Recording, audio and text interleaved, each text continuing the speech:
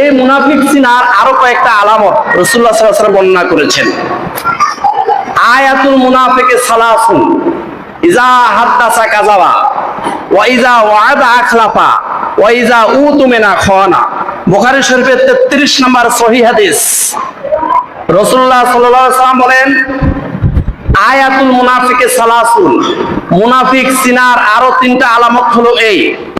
ইজা হাদ্দাসা কাযাবা, তারা কথায় কথায় মিথ্যা বলবে, সারা দিন মিথ্যা বলবে, একদম ঘুমের থেকে উঠে মিথ্যা বলা শুরু করবে, আবার রাত্রে ঘুমানো পর্যন্ত সারা দিন শুধু মিথ্যা কথা বলবে।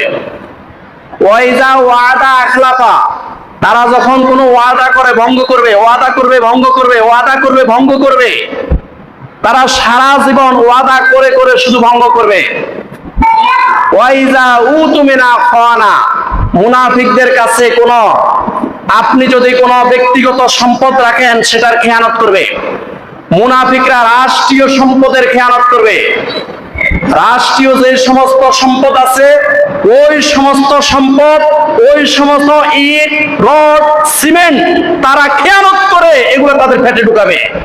ওয়াইজা উতুমিনা খানা, মুনাফিকরা সম্পদের খেয়ানত করবে, তারা মালের খেয়ানত করবে। তাদের কাছে কোনো গচ্ছিত রাখলে, কোনো ব্যক্তিগত সম্পদ অথবা রাষ্ট্রীয় সম্পদ তাদের কাছে গচ্ছিত রাখলে তারা সেটা খেয়ানত করবে। এই হলো মুনাফিকদের আলামত।